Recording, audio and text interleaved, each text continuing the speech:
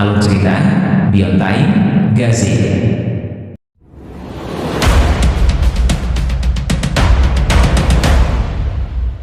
Chapter 39. Setelah hening sejenak, pemilik camp itu menatap Suking dan berkata, "Nak, mari kita lupakan masalah ini. Kau menyelamatkan Sersan Thunder, dan musuh bebuyutannya sudah mati. Tidak ada alasan bagimu dan aku untuk bertarung sampai mati. Lagi pula, aku adalah seorang tetua di sekte prajurit Vajra Emas. Jika kau terus bertarung denganku, pada dasarnya kau menyatakan perang terhadap sekteku. Patriar kita adalah seorang ahli pendirian yayasan." Suking berdiri di sana dengan tenang sebelum batuk seteguk darah. Sambil sedikit terhuyung, dia mengulurkan tangan seolah-olah ingin menyeka darah. Namun, saat itulah pemilik camp, yang tampaknya sudah siap untuk berhenti bertarung, tiba-tiba menyerbu ke depan, matanya berkilat dingin. Dia bergerak lebih cepat dari sebelumnya, cahaya keemasan di sekelilingnya meletus dengan intensitas yang lebih besar dari sebelumnya saat tubuhnya tampak berubah menjadi emas. Prajurit Vajra Emas, Dharma ketiga. Dari kejauhan, cahaya keemasan tampak menyelimuti pemilik perkemahan, dan niat membunuhnya membara dengan intensitas yang tak tertandingi. Ekspresi Suking tidak berubah sama sekali. Terlebih lagi, rasa sempoyongan yang sebelumnya dia rasakan langsung menghilang. Itu jelas hanya akting. Dan dia tidak mengangkat tangannya untuk menyeka darah dari mulutnya, melainkan untuk mengangkatnya ke atas kepalanya. Dia memejamkan mata. Dalam benaknya, dia mengingat gambar di kuil itu, di mana patung yang berjalan seperti dewa itu mengangkat tangannya untuk melepaskan serangan pedang yang mengandung semacam dao agung. Suking telah berlatih serangan pedang itu berkali-kali, tetapi tidak pernah menggunakannya dalam pertempuran. Saat ini, dia merasa bahwa dia bisa menggunakannya. Cahaya ungu memancar keluar, menyelimuti dirinya dan berputar ke tangan kanannya. Patung dewa itu terbuat dari emas, tetapi Suking berbeda. Saat cahaya ungu itu menyala, pemilik camp itu melolong dan mendekat. Kemudian tangan kanan Suking turun dengan gerakan yang tampak santai. Tidak ada yang spektakuler tentang hal itu, dan faktanya, itu tampak sangat biasa. Bahkan sederhana. Namun dalam gerakan biasa itu ada sesuatu yang mendalam. Karena kedalaman itu, saat cahaya ungu berkumpul di tangannya, dan saat tangan itu jatuh melewati kepalanya, bayangan pedang muncul di dalamnya. Itu adalah pedang surgawi yang besar. Cahaya ungu berkilauan, menggantikan cahaya matahari, menggantikan cahaya keemasan, menguasai segalanya. Saat tangan Suking jatuh, pedang itu jatuh, dan menebas semua yang ada di jalurnya. Suara seperti guntur bergema, dan tanah di perkemahan bergetar. Angin kencang menyapu perkemahan, disertai cahaya yang menyilaukan. Para pemulung itu mundur tanpa memikirkannya. Adapun pemilik camp, ia telah memacu kendaraannya ke arah Suking, tetapi kini ia melambat, hingga ia berhenti total sekitar 3 meter dari Suking. Pertama-tama ia menatap Suking, lalu ia menatap ke bawah ke tanah. Di bawahnya, ada retakan yang lurus sempurna. Panjangnya lebih dari 20 meter, dan membentang jauh melewati tempatnya berdiri. Pedang itu, gumamnya. Darah muncul di wajahnya, mengalir dari dahinya hingga ke dagunya. Kemudian darah mengalir ke dadanya, dan menuju daerah dantiannya. Darah menyembur keluar saat dia terbelah menjadi 2. Setelah kedua belah pihak jatuh ke tanah, keheningan menguasai. Satu-satunya suara yang terdengar hanyalah desahan samar dari para penonton yang tidak percaya.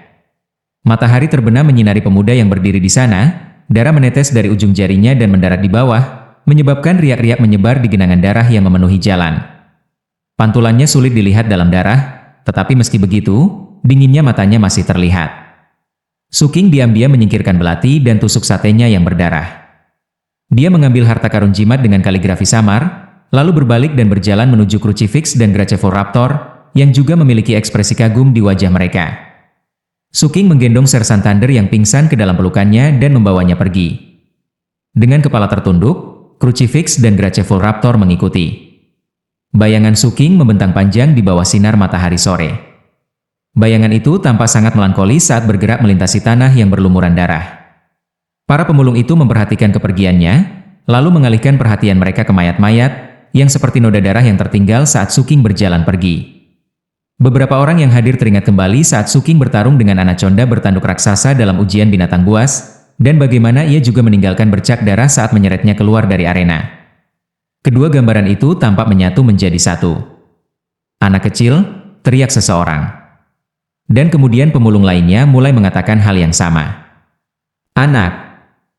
Suara mereka menyatu, semakin keras. Orang tua, anak muda, orang dewasa. Bahkan gadis-gadis di tenda bulu. Mereka semua menatapnya dengan kekaguman yang mendalam saat mereka memanggil julukannya semakin keras. Itu adalah penghormatan khusus dari para pemulung. Matahari hampir terbenam. Di gerbang utama menuju base camp, Suking berhenti untuk mengangkat Sersan Thunder ke punggungnya, lalu menoleh ke arah Crucifix dan Graceful Raptor. Mereka menatapnya dengan rasa hormat dan perasaan rumit lainnya. Mereka punya gambaran tentang apa yang akan terjadi selanjutnya. Kau akan pergi? Tanya Crucifix pelan. Suking mengangguk. Aku akan menemani Sersan Thunder di perjalanan terakhirnya. Setelah itu, aku akan meninggalkan tempat ini. Baik Crucifix maupun Graceful Raptor tidak mengatakan apapun. Pada saat inilah Suking menyadari bahwa ia harus mengucapkan selamat tinggal. Ia menatap mereka dengan saksama, lalu melirik ke kamp tempat ia menghabiskan hampir setengah tahun hidupnya. Raptor yang anggun melangkah maju dan merapikan rambutnya. Mengabaikan darah yang membasahi tubuhnya, dia memeluknya. Jaga dirimu baik-baik. Suking tidak mendorongnya. Bagaimana dengan kalian berdua? Tanyanya lembut. Kita akan pergi. Jangan khawatir. Crucifix dan aku bisa menjaga diri kami sendiri. Kami cukup kuat untuk bisa bertahan di base camp manapun yang kami tuju. Dia tersenyum. Crucifix tidak mengatakan apa-apa. Dia hanya melangkah maju dan memeluk Suking dengan erat. Dengan itu, Suking berjalan beberapa langkah, berbalik dan melambai, lalu meninggalkan perkemahan dan berjalan menuju daerah terlarang.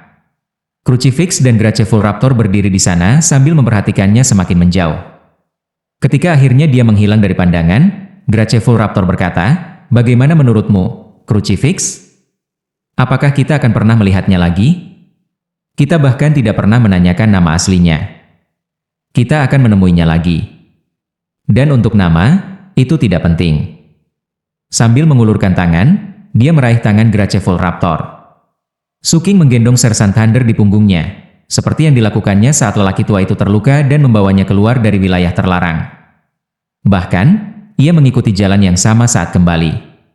Sayangnya, Sersan Thunder semakin tidak berdaya, seolah-olah kekuatan hidupnya telah terkuras habis.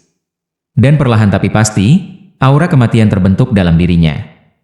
Kesedihan Suking semakin kuat. Ia memasuki hutan, semakin dalam dan dalam ke satu arah tertentu. Akhirnya, matahari terbenam, dan malam pun tiba. Karena energi dan niat membunuh yang masih ada padanya, tidak ada binatang mutan yang menghalangi jalannya. Mereka membiarkannya lewat begitu saja dalam kesedihannya. Sekitar 2 jam kemudian, sebuah suara serak berbicara dari belakangnya. "Nak, aku punya mimpi." Sersan Thunder sudah bangun, dan wajahnya tampak linglung. Dia tidak bertanya kepada Suking di mana mereka berada, atau bagaimana mereka sampai di sana. Dia tidak bertanya apa yang terjadi padanya. "Aku memimpikan Tak Ohong. Dan kamu." Mata Suking merah padam, dan hatinya diliputi kesedihan. Ia mulai berjalan lebih cepat, tetapi berusaha sebisa mungkin untuk menjaga langkahnya tetap stabil. Mereka hampir sampai. "Dalam mimpi itu, kau sama pintarnya seperti sekarang. Kau selalu menjadi juara pertama di kelas." Kedengarannya seperti Sersan Thunder ingin tertawa, tetapi berbicara membutuhkan terlalu banyak energi. Suaranya semakin melemah. "Itu mimpi yang sangat indah. Aku tidak bisa bertahan lebih lama lagi, Nak." Suking berlari ke depan secepat yang ia bisa. Ia mencoba menggunakan kekuatan kristal ungu miliknya untuk menyembuhkan Sersan Thunder, tetapi tidak ada gunanya. Kekuatan hidup lelaki tua itu terus menghilang. 1 jam kemudian, mereka tiba di tempat mereka bertemu dengan sang nyanyian. Suking menurunkan Sersan Thunder di bawah pohon besar yang sama seperti sebelumnya. Matanya merah dan hidungnya perih saat dia melihat ke bawah ke wajah keriput lelaki tua itu. "Sersan," katanya lembut. Saat lelaki tua itu bersandar di pohon, matanya berkedip terbuka. Matanya tampak keruh dan agak kosong. Namun sesaat kemudian, ia menyadari di mana ia berada, dan ia tersenyum. Masih ada sedikit kehidupan yang tersisa di matanya. "Punya minuman keras, Nak?" Suking mengangguk dan mengambil sebotol alkohol dari tasnya. Membukanya, ia menempelkannya ke bibir Sersan Thunder dan membantunya minum. Mata Sersan itu bersinar sedikit lebih terang setelah ia menelannya. Itu seperti cahaya lilin tepat sebelum hari menjadi gelap. Sersan Thunder menatap mata merah Suking, lalu terkekeh. Kau tidak perlu menangis. Sersan itu tanpa sedikit pulih kekuatannya, dan dengan bantuan Suking, ia mendorong dirinya ke pohon dan berdiri tegak. Kemudian ia mencoba mengulurkan tangan dan mengacak-acak rambut Suking, tetapi tidak berhasil, dan tangannya terjatuh ke belakang. Suking mengulurkan tangan, meraih tangannya, dan meletakkannya di kepalanya. Orang tua itu tersenyum. Kau tahu, aku benar-benar beruntung memiliki seseorang bersamaku di saat seperti ini. Dan aku juga punya alkohol. Lebih baik lagi, begitu aku mati, ada seseorang di sini yang akan menguburku.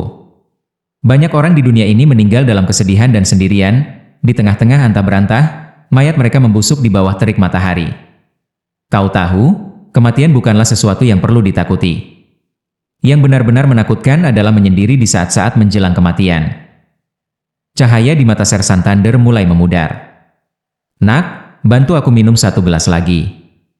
Kesedihan memenuhi hati Suking saat ia dengan hati-hati meletakkan kendi alkohol ke bibir Sersan Thunder.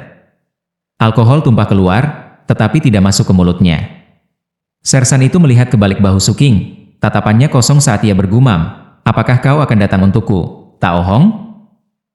Alkohol menetes dari pakaian Sersan itu ke tanah di bawahnya. Dia tidak minum. Cahaya di matanya padam saat kekuatan hidupnya menghilang.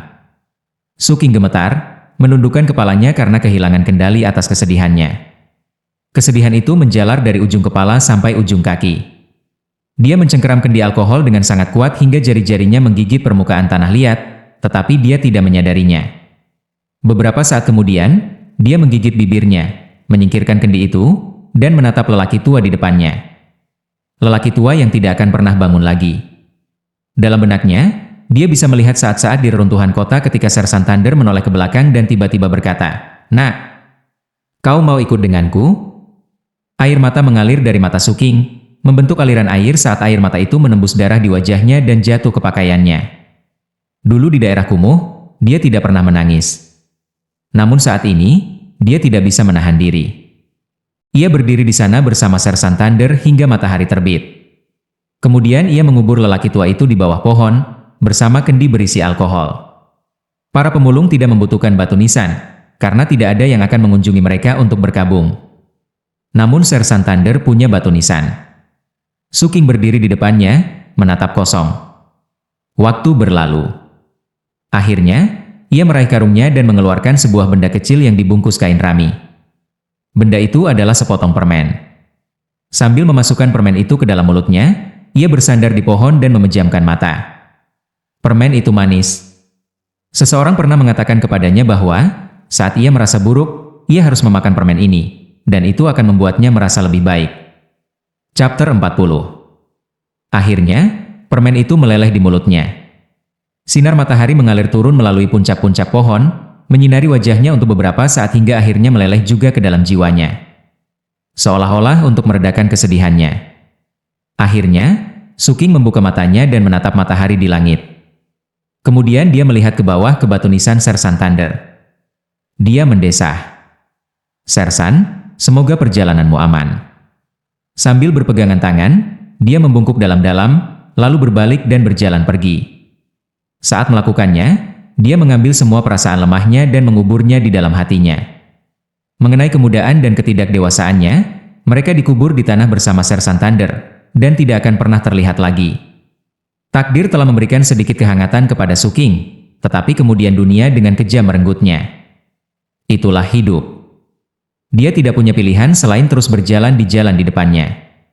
Lambat laun, tatapannya kembali menjadi setajam pisau, tetapi pada saat yang sama, ada sesuatu yang lebih dalam di matanya.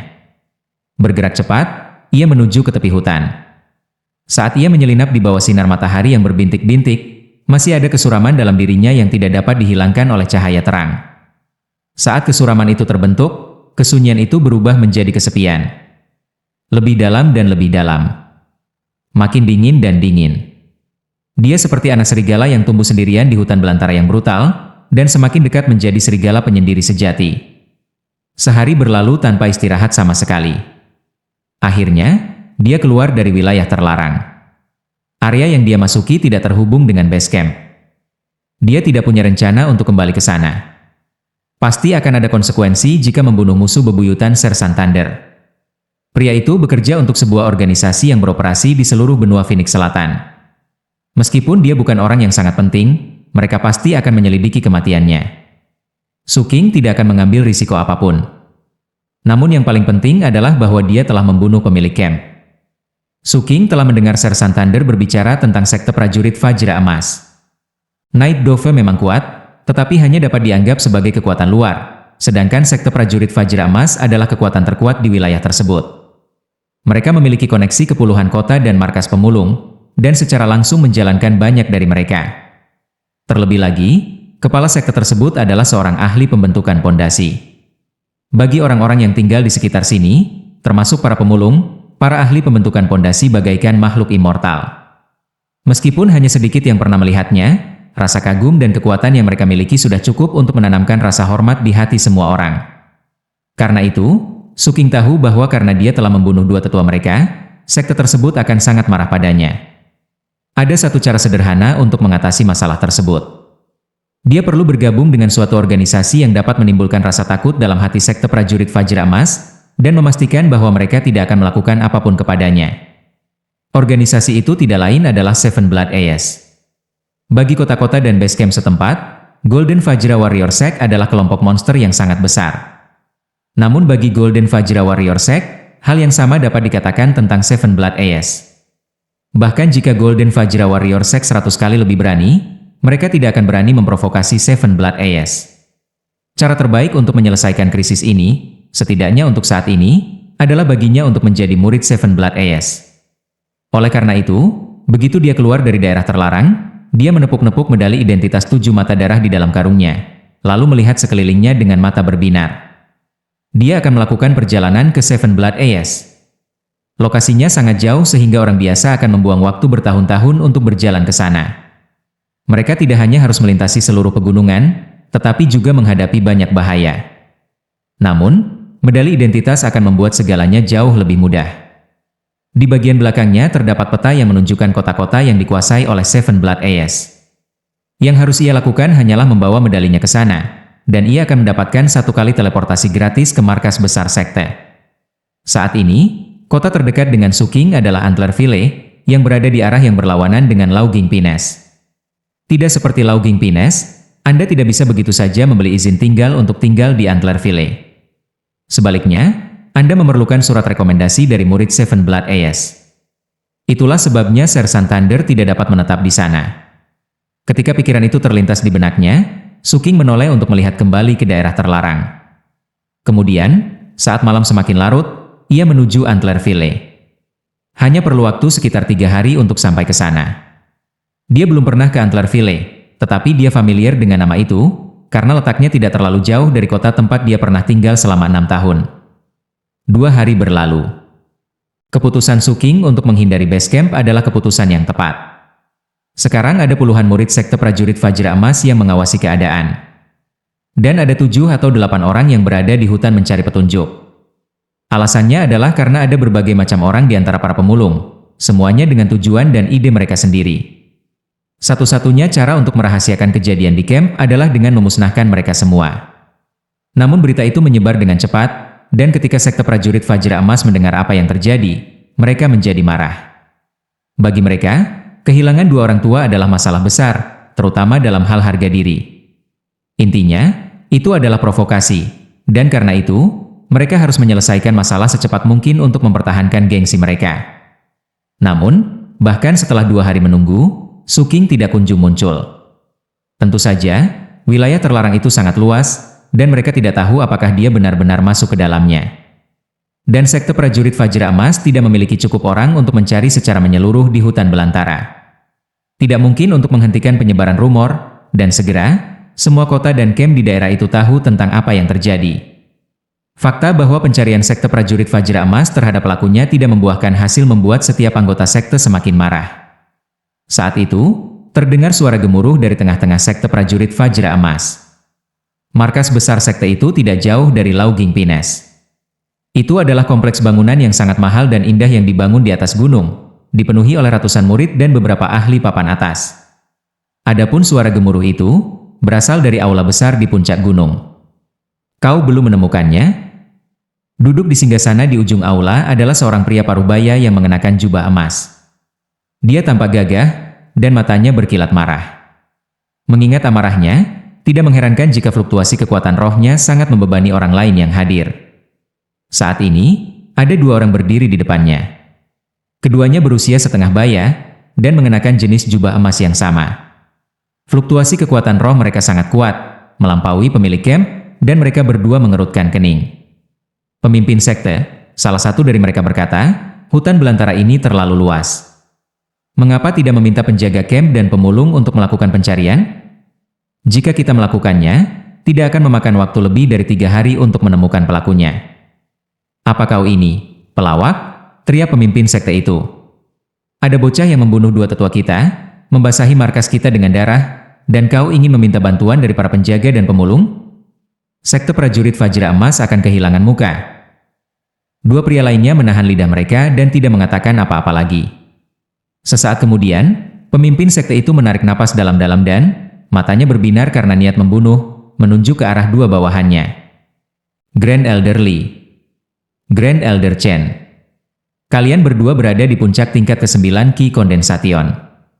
Salah satu dari kalian bisa membunuh anak ini tanpa mengeluarkan usaha apapun. Saya sudah mengirim pesan kepada kepala suku untuk meminta instruksi. Saya meminta 2 jimat pencariannya untuk Anda. Jadi begitu kita mendapat izin resmi, Anda akan keluar dan melakukan apapun yang harus Anda lakukan untuk menyelesaikan masalah ini. Saya ingin kepala anak itu dibawa kembali kepada saya dalam waktu 24 jam atau kurang.